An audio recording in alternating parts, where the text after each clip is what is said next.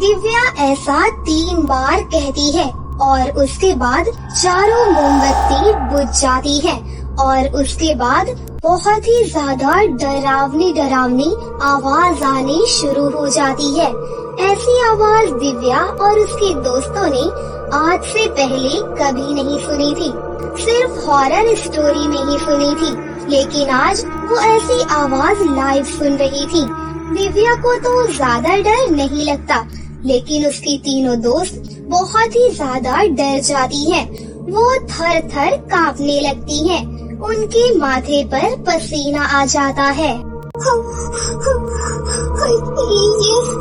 यहाँ क्या हो रहा है? ये क्या हो रहा है?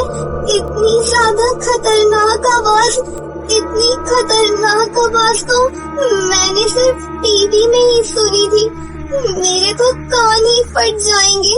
ये कितनी ज्यादा खतरनाक आवाज है। दिव्या, कितनी ज्यादा खतरनाक आवाज है। और मुझे तो पायल की भी आवाज आ रही है। दिव्या, मुझे लग रहा है मैरी आ गई है। मैरी आ गई है। अरे, ये तूने क्या किया? मैंने कहा था कि जब तक भूत हमारे सामने प्रकट ना हो जाए तब तक कुछ भी नहीं बोलना। और तुमने इतनी सारी बकवास की। मैरी के आने से पहले ही तुमने अपना मुंह खोल लिया। अब ना जाने हमारे साथ क्या होगा हमारे साथ। तुझे ही कविता को सजा दिलवानी थी।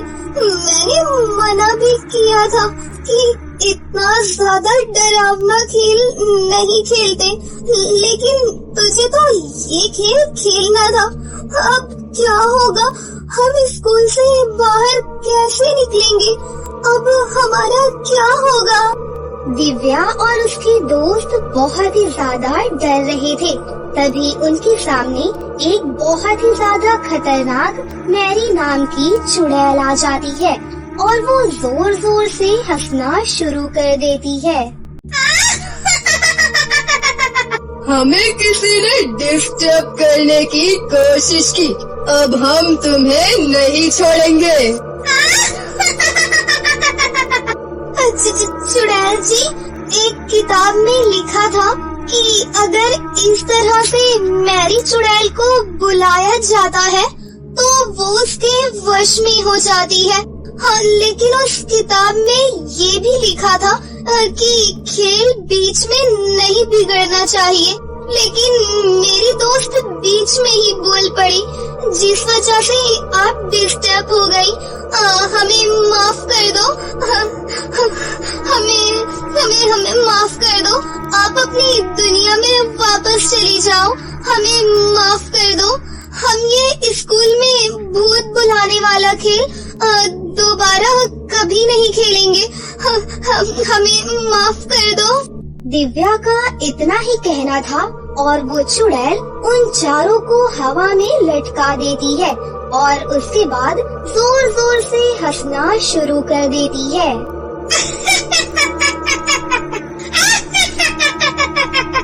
तुमने हमें पुकारा और हम डिस्टर्ब हुए। अब तुम चाहती हो कि हम अपनी दुनिया में वापस चले जाएं और वो भी खाली हाथ। अब हम खाली हाथ वापस नहीं जाएंगे, तुम्हें अपने साथ लेकर ही जाएंगे। तुम्हें ध्यान से खेलना चाहिए था। वो खेल इतना भी आसान नहीं है जितना तुमने आसान समझ रखा है। अब तुम्हें हमसे कोई भी नहीं बचा सकता, कोई भी नहीं।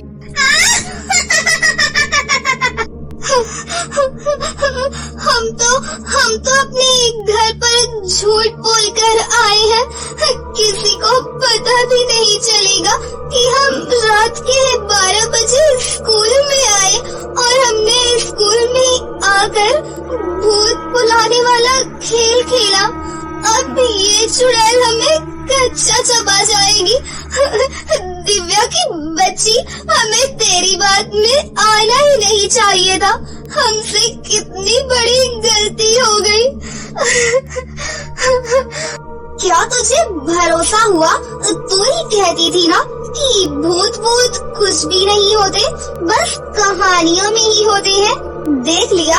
और मैंने ये खेल बस इसलिए खेला क्योंकि उसमें लिखा था कि मैरी को अपने वश में कर सकते हैं, लेकिन मुझे क्या पता था कि मेरी दोस्त इतनी ज्यादा डरपोक है कि सारा खेल ही बिगाड़ देंगी और हम खुद ही मैरी चुड़ैल के चंगुल में फंस जाएंगे। चुड़ैल जी हमें छोड़ दो, हम तो नन्हे मुन्ने बच्चे हैं। देखिए हमें छोड़ दीजिए, हम आपसे वादा करते हैं कि हम स्कूल में भूत बुलाने वाला खेल दोबारा कभी नहीं खेलेंगे, प्लीज। चारों सहेलियां बहुत ही ज्यादा रोती हैं, गिड़गिड़ाती हैं, लेकिन वो चुड़ैल उन्हें वहाँ से लेकर चली जाती है। अगले दिन सभी बच्चे हमेशा की तरह स्कूल में पढ़ने आते हैं, लेकिन आज दिव्या और उसकी सहेलियां नहीं आती। गीता मैम को लगता है कि उन्होंने आज की छुट्टी की होगी, लेकिन कुछ समय के बाद जब उनके पेरेंट्स स्कूल में आते हैं तो उन्हें पता चलता है कि उन चारों ने छुट्टी नहीं की, बल्कि वो तो गायब हो चुकी हैं। देखिए हमें नहीं पता कि आपके बच्चे कहाँ हैं। आप हमारे स्कूल में आकर इस तरह से शोर नहीं कर सकते। देखिए प्रिंसिपल मैम, हमारे बच्चे कल रात से गायब हैं। वो अभी तक घर नहीं पहुँचे। हम तो स्कूल में इसलिए आए हैं कि क्या पता उनके दोस्तों को कुछ पता हो। हमारे बच्चे कहाँ चले गए? देखिए आपकी तरह हमें भी आपके बच्चों की बहुत चिंता है। वो इस स्कूल के स्टूडेंट्स थे और इस तरह से अचानक उनका गायब होना हमें भी बहुत दुख पहुंच रहा है। मुझे लगता है कि आपको पुलिस के पास जाना चाहिए। यहाँ पर समय बर्बाद मत कीजिए। वो सभी पुलिस स्टेशन जाते हैं और कंप्लेन करते हैं, लेकिन चारों का कोई भी पता नहीं चलता। इधर कविता चारों के लिए बहुत ही ज्यादा परेशान थी और वो ऐसे ही स्कूल में इधर उधर घूम रही थी। तभी उसे वो क्लास नजर आती है जहाँ पर उन चारों ने स्कूल में भूत बुलाने वाला खेल खेला था। ये यहाँ पर आधी अधूरी मोमबत्ती जली हुई, और वो भी एक नहीं, दो नहीं, चार। और ये तो दिव्या की लॉकेट है जो वो हमेशा पहने रखती थी, और ये ट्विंकल की रिंग है। इसका मतलब लास्ट टाइम वो चारों इसी क्लास में थी। मुझे ये बात गीता मैम को बतानी चाहिए। कविता तुरंत ही गीता मैम के पास जाती है और उन्हें सब कुछ बताती है। प्रिंसिपल मैम और गीता मैम दोनों उस क्लास में आती हैं और वो क्लास का नजारा देखकर दंग रह जाती है, क्योंकि दीवारों पर खून लगा हुआ था। 4 मोमबत्ती अधूरी जली हुई थी। ये देखकर वो भी सन रह जाती है कि आखिर इस क्लास में हुआ क्या था। मैम, दिव्या को हॉरर स्टोरी पढ़ने का बहुत शौक था ना? वो 24 घंटे उन्हें पढ़ती रहती थी। गीता मैम, आपने जब उसका बैग चेक किया था तो उसके बैग में 4 बुक्स निकली थी। आप उन्हें मुझे ला कर दीजिए, जरूर हमें वहीं से कुछ हिंट मिलेगा। गीता मैम वो सभी बुक्स कविता को लाकर दे देती है और वो एक एक कर करके उन्हें पढ़ती है। तभी उसे स्कूल में भूत बुलाने वाला खेल की कहानी नजर आती है। गीता मैम देखिए, मुझे लगता है कि दिव्या और उसके दोस्तों ने यहाँ स्कूल में भूत बुलाने वाला खेल खेला है, लेकिन इस खेल में तो खेलने वाले को कोई भी नुकसान नहीं पहुँचता। बल्कि उस भूत को वो अपने वश में कर लेते हैं। फिर ऐसा क्या हुआ जो वो चारों गायब हो गयी? ये खेल हमारे स्कूल में खेला गया है, इसके बारे में किसी को भी पता नहीं चलना चाहिए। अब हमें कुछ भी करके उन चारों को बचाना होगा, लेकिन कैसे? कविता बेटा, आगे पढ़ो, कुछ न कुछ तो जरूर मिलेगा।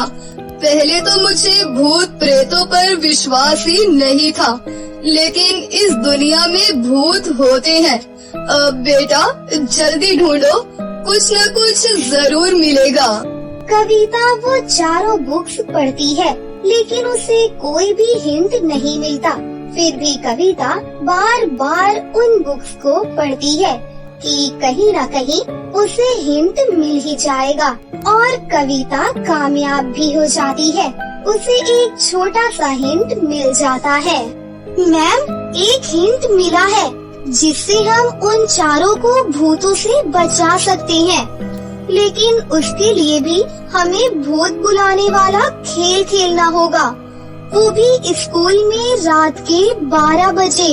प्रिंसिपल मैम, गीता मैम, कविता और एक और स्टूडेंट वो चारों भूतिया खेल खेलने के लिए तैयार हो जाती हैं, क्योंकि उन्हें उन चारों को बचाना था। और वैसे ही वो चारों भी भूतिया खेल खेलने के लिए स्कूल में रात के 12 बजे आ जाती हैं। कविता सबको अच्छी तरह से समझा देती है और सब अच्छी तरह से समझ भी जाती हैं, और वो खेल खेलने के लिए बैठ जाती हैं। उसके बाद वो खेल खेलना शुरू कर देती हैं।